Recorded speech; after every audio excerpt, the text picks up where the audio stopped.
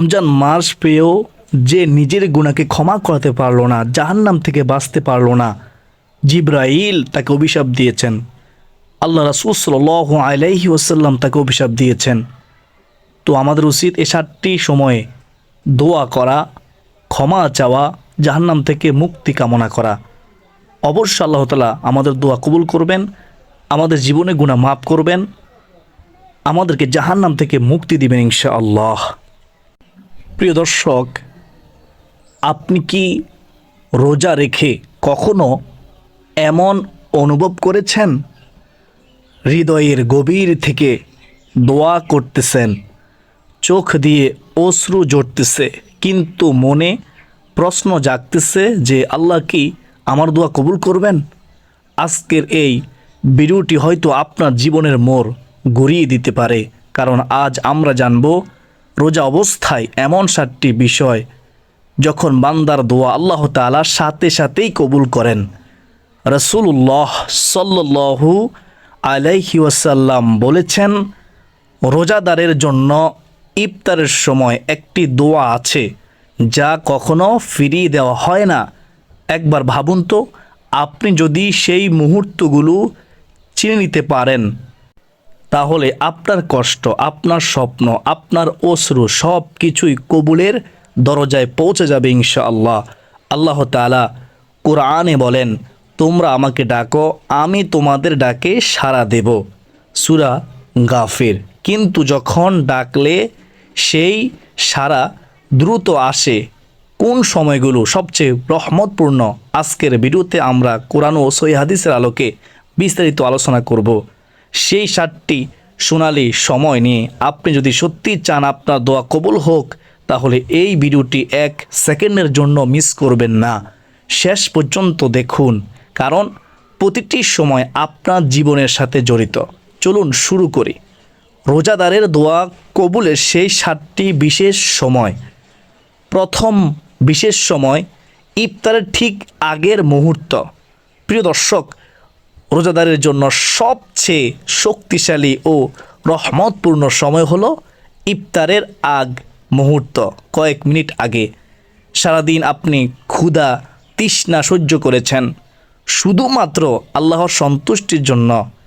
এই মুহূর্তে আপনার হৃদয় নরম থাকে, চোখে পানি চলে আসে, আর দোয়া হয় একেবারে অন্তরের গভীর থেকে। রাসূলুল্লাহ সাল্লাল্লাহু আলাইহি ওয়াসাল্লাম বলেছেন, রোজাদারের জন্য ইফতারের সময় একটি দোয়া আছে যা কখনো ফেরত দেওয়া হয় না। তিরমিজি শরীফের হাদিস। একবার ভাবুন তো, সারাদিনের কষ্টের শেষে যখন আজান দেওয়া ঠিক আগে আপনি 2 হাত তুলে বলেন, ইয়া আল্লাহ, আমার গুনাহ মাফ করে দিন, আমার কষ্ট দূর করুন, তখন সেই দোয়া সরাসরি আরশে আজিমে পৌঁছে যায় ইনশাআল্লাহ। আল্লাহ তাআলা বলেন, নিশ্চয়ই আমি দোয়াকারীর ডাকে সাড়া দেই যখন সে আমাকে ডাকে। সূরাতুল বাকারা 286 নম্বর আয়াত। ইফতারের আগে শুধু দুনিয়ার চাওয়া নয়, আখিরাতেরও মুক্তিও চান, জান্নাত চান, কবর আযাব থেকে মুক্তি চান, নিজের পরিবার ও প্রিয়জনদের জন্য দোয়া করুন। আজ থেকে সিদ্ধান্ত নিন, ইফতারের 5 মিনিট আগে মোবাইল নয়, গল্প নয়, শুধু দোয়া, শুধু কান্না, শুধু আল্লাহর সাথে একান্ত কথা। দ্বিতীয় বিশেষ সময়, শুনবেন মনোযোগ দিয়ে, সাহারির সময়, ফজরের আগের শেষ রাতের মুহূর্ত। প্রিয় দিনদার মুসলমান ভাই ও বোনেরা, রোজার আরেকটি অত্যন্ত গুরুত্বময় সময় হলো সাহারির সময়, বিশেষ করে ফজরের আজানের ঠিক আগের মুহূর্তগুলো।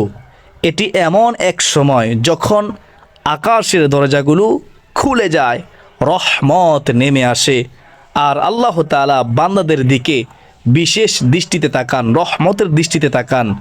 রাসূলুল্লাহ সাল্লাল্লাহু আলাইহি ওয়াসাল্লাম বলেছেন, আমাদের রব প্রতি রাতে শেষ তৃতীয়াংশে দুনিয়ার আকাশে অবতরণ করেন এবং বলেন, কে আছো যে আমাকে ডাকবে, আমি তার ডাকে সাড়া দেব।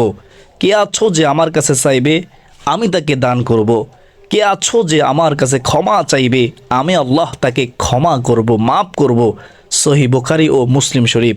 একবার ভাবুন তো, আপনি সেহরির সময় উঠেছেন, চারপাশে নীরবতা, সবাই ঘুমিয়ে, আর আপনি অজু করে 2 রাকাত নফল নামাজ পড়ে হাত তুললেন, ইয়া আল্লাহ, আমি আপনারই বান্দা, আমার দোয়া কবুল করুন। এই মুহূর্তে আপনার আর আল্লাহর মাঝে কোনো পর্দা থাকে না। কোরআনে আল্লাহ তাআলা বলেন, আর সাহারির সময় তারা ক্ষমা প্রার্থনা করত। সূরা জারিয়া। প্রিয় দিনদার মুসলমান ভাই ও বোনেরা, সাহারির সময় শুধু খাবার খেয়ে শেষ করবেন না, অন্তত 5 মিনিট একটু কাঁদুন, তওবা করুন। নিজের ভবিষ্যৎ, পরিবার, রিজিক, ঈমান সব কিছুর জন্য দোয়া করুন। হয়তো আপনার জীবনের সবচেয়ে বড় পরিবর্তন শুরু হবে ঠিক এই সাহারির দোয়া থেকেই, ইনশাআল্লাহ। তৃতীয় বিশেষ সময়, রোজা অবস্থায় সারাদিন বিশেষ কষ্টের মুহূর্তে। প্রিয় দর্শক, শুধু ইফতার বা সাহারি নয়, রোজা থাকা অবস্থায়ও সারাদিনই আপনি দোয়া কবুলের অবস্থায় থাকেন। বিশেষ করে যখন ক্ষুধা, তৃষ্ণা বা দুর্বলতা অনুভব করেন, কারণ এই কষ্ট আপনি সহ্য করেছেন শুধুমাত্র আল্লাহর জন্য। রাসূলুল্লাহ সাল্লাল্লাহু আলাইহি ওয়াসাল্লাম বলেছেন, 3 ব্যক্তির দোয়া ফিরিয়ে দেওয়া হয় না। রোজাদার যখন পর্যন্ত সে ইফতার না করে, তিরমিজি, অর্থাৎ সকাল থেকে ইফতার পর্যন্ত আপনি এক বিশেষ মর্যাদায় আছেন। যখন পিপাসায় গলা শুকিয়ে যায়, যখন ক্লান্ত লাগে, যখন কাজ করতে কষ্ট হয়, ঠিক তখন যদি আপনি অন্তর থেকে বলেন, ইয়া আল্লাহ, এই কষ্ট আমি শুধু আপনার জন্যই সহ্য করতেছি, আমার দোয়া কবুল করুন, তখন সেই দোয়া খুবই মূল্যবান হয়ে যায়। আল্লাহ তাআলা কোরআনে বলেন, নিশ্চয়ই মহান আল্লাহ ধৈর্যশীলদের সাথে আছেন। সূরা বাকারা আয়াত হচ্ছে 253। রোজা হলো ধৈর্যের ইবাদত, আর ধৈর্যের মাঝে করা দোয়া আল্লাহ খুব ভালোবাসেন। তাই সারাদিন শুধু সময় কাটাবেন না, কাজের ফাঁকে ফাঁকে, হাঁটতে হাঁটতে, রান্না করতে করতে, অফিসে বসে চুপচাপ দোয়া করুন। মনে রাখবেন, হয়তো আপনার সবচেয়ে আন্তরিক দোয়াটি বেরিয়ে আসবে সেই মুহূর্তে যখন আপনি সবচেয়ে দুর্বল অনুভব করতেছেন, আর ঠিক তখনই আল্লাহ আপনার জন্য রহমতের দরজা খুলে দিতে পারেন। চতুর্থ বিশেষ সময়, সিজদার মধ্যে দোয়া করার সময়। প্রিয় দর্শক, রোজা অবস্থায় নামাজের সিজদার মুহূর্তটি এমন এক সময় যখন বান্দা তার রবের সবচেয়ে কাছে থাকে।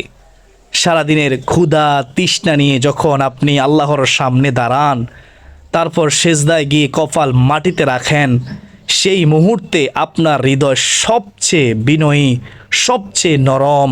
রাসূলুল্লাহ সাল্লাল্লাহু আলাইহি ওয়াসাল্লাম বলেছেন, বান্দা তার রবের সবচেয়ে নিকটবর্তী হয় সিজদার অবস্থায়। তাই তোমরা সিজদায় বেশি বেশি দোয়া করো। সহি মুসলিম।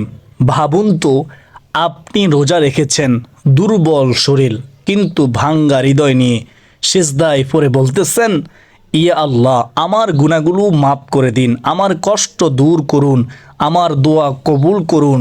এই সিজদা শুধু মাটিতে মাথা রাখা নয়, এটি আপনার অহংকার ভেঙ্গে আল্লাহর সামনে সম্পূর্ণ আত্মসমর্পণ। মহান আল্লাহ তাআলা বলেন, তোমরা আমাকে ডাকো, আমি তোমাদের ডাকে সাড়া দেব। সুবহানাল্লাহ। সূরা গাফির। সম্মানিত দিনী ভাই ও বোনেরা, রোজার দিনে প্রতিটি ফরজ নামাজে, এমনকি নফল নামাজেও সিজদায় নিজের বাসায় দোয়া করুন, কান্না করুন, বলুন, নিজের মনে আসা সব কথা খুলে বলুন। সিজদার কান্না কখনোই বিফলে যায় না। হয়তো আপনার ভাগ্যের পরিবর্তন লুকিয়ে আছে একটি দীর্ঘ সিজদার ভিতরেই। পঞ্চম বিশেষ সময়, আজান ও ইকামতের মাঝের এই সময়। প্রিয় দর্শক, রোজা অবস্থায় আরেকটি অত্যন্ত মূল্যবান সময় হলো আজান ও ইকামতের মাঝখানের সময়। এই সময়টি খুবই ছোট, কিন্তু রহমত ও কবুলিয়তের দিক থেকে বিশাল। রাসূলুল্লাহ সাল্লাল্লাহু আলাইহি ওয়াসাল্লাম বলেছেন, আজান ও ইকামতের মাঝের দোয়া কখনো ফেরত দেওয়া হয় না। তিরমিজি শরীফ, আবু দাউদ শরীফ।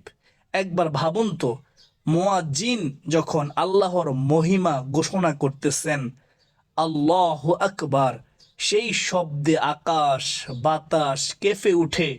আপনি রোজা রেখে অজু অবস্থায় বসে আছেন নামাজের অপেক্ষায়, এই মুহূর্তে যদি আপনি হাত তুলে বলেন, ইয়া আল্লাহ, ইয়া রব, আমি আপনার ডাকে সাড়া দিতে এসেছি, আপনি আমার ডাকেও সাড়া দিন, তাহলে এটি এমন এক দোয়া যা আল্লাহ তাআলা খুবই পছন্দ করেন। রোজার দিন হলে তো এর মর্যাদা আরও বেড়ে যায়, কারণ আপনি যখন ইবাদতের অবস্থায় আছেন, আজান শেষ হলে দুরূদ পড়ুন, তারপর দোয়া করুন নিজের জন্য, বাবা মায়ের জন্য, সন্তানদের জন্য, এমনকি পুরো উম্মাহর জন্য। এই ছোট্ট সময়টাকে অবহেলা করবেন না। অনেক সময় আমরা গল্প করি, মোবাইল দেখি, অথচ কবুলিয়তের দরজা তখনই খোলা থাকে। হয়তো আপনার দীর্ঘদিনের একটি অপূর্ণ দোয়া ঠিক এই আজান ও ইকামতের মাঝের সময়ে কবুল হয়ে যাবে। 6 নম্বর বিশেষ সময়, জুমার দিনের শেষ সময়, আসরের পর থেকে মাগরিবের আগ পর্যন্ত। প্রিয় দর্শক, রোজা যদি জুমার দিনে হয় তাহলে এই দিনটির একটি বিশেষ মুহূর্ত রয়েছে যখন দোয়া নিশ্চিতভাবে কবুল হয়। রাসূলুল্লাহ সাল্লাল্লাহু আলাইহি ওয়াসাল্লাম বলেছেন, জুমার দিনে এমন একটি সময় আছে, যদি কোনো মুসলিম বান্দা সেই সময় আল্লাহর কাছে কিছু চায়, মহান আল্লাহ অবশ্যই তাকে তা দান করেন। সহিহ বুখারী শরীফ ও মুসলিম শরীফ। অনেক আলেমের মতে সেই সময়টি হলো আসরের নামাজের পর থেকে মাগরিবের আগ পর্যন্ত শেষ অংশ। ভাবুন তো, আপনি রোজা রেখেছেন, জুমার বরকতময় দিন, আর সূর্য ডুবতে চলতেছে, চারপাশে এক ধরনের নীরবতা। ঠিক এই সময় যদি আপনি একান্ত মনে হাত তুলে বলেন, ইয়া আল্লাহ, আমার দীর্ঘদিনের দোয়াটি কবুল করে দিন, আমার জীবনের অন্ধকার দূর করুন। এই মুহূর্তের দোয়া শুধু শব্দ নয়, এটি আপনার ঈমানের প্রকাশ। কোরআনে মহান আল্লাহ তাআলা বলেন, নিশ্চয়ই মহান আল্লাহ ধৈর্যশীল এবং দোয়াকারীদের ভালোবাসেন। তাই জুমার দিনে আসরের পর সময়টাকে অবহেলা করবেন না। 10-15 মিনিট চুপচাপ বসে ইস্তিগফার করুন, দুরূদ পড়ুন, তারপর মন খুলে দোয়া করুন। হয়তো আপনার কষ্টের অধ্যায় শেষ হওয়ার ঘোষণা লুকিয়ে আছে এই জুমার বিকালের দোয়ার মধ্যেই। 7 নম্বর বিশেষ সময়, কোরআন তেলাওয়াতের পর দোয়া করার মুহূর্ত।